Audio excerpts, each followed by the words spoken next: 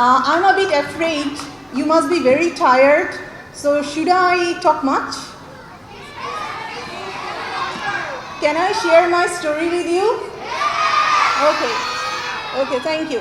So when I was at your age, I used to read a lot of stories, mostly fairy tales, Dalin Kumar, Rakhosh Khokhosh, and so on. One day I went to Ekushe Boi Mela with my mom, and I noticed a book with a weird book cover, a human head with entangled with lots of wares and sensors, and I didn't like that book that much. But my mom persuaded me to read that book. That book was Kopotronik Shuk Dukho by Dr. Muhammad Zafar Iqbal.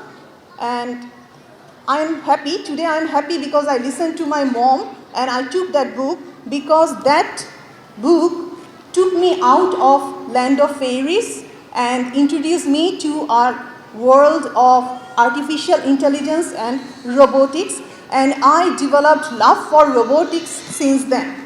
But I was not that fortunate. I never got chance to see a robot, a real robot, until I went for my higher studies at the Tokyo University.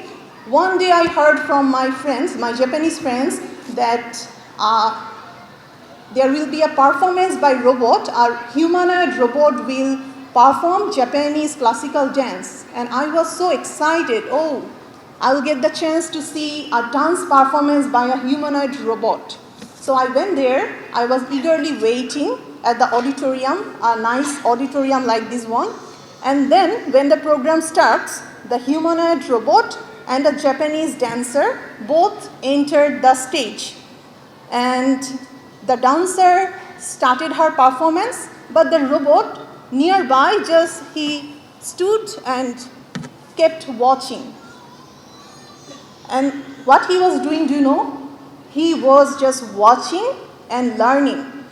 When he learned the moves and the steps, he started his performance, and we were all amazed by the performance, because the robot learned to dance from the Japanese classical dancer. It is called imitation-based learning, but at that time I didn't know that concept.